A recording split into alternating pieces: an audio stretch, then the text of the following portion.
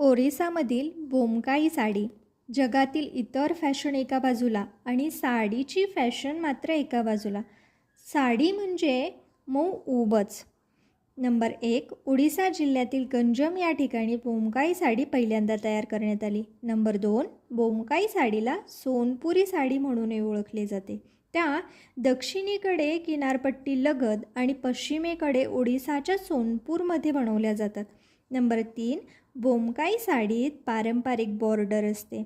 शैलकृती, फुले आणि भौमितिक नमुनेही असतात.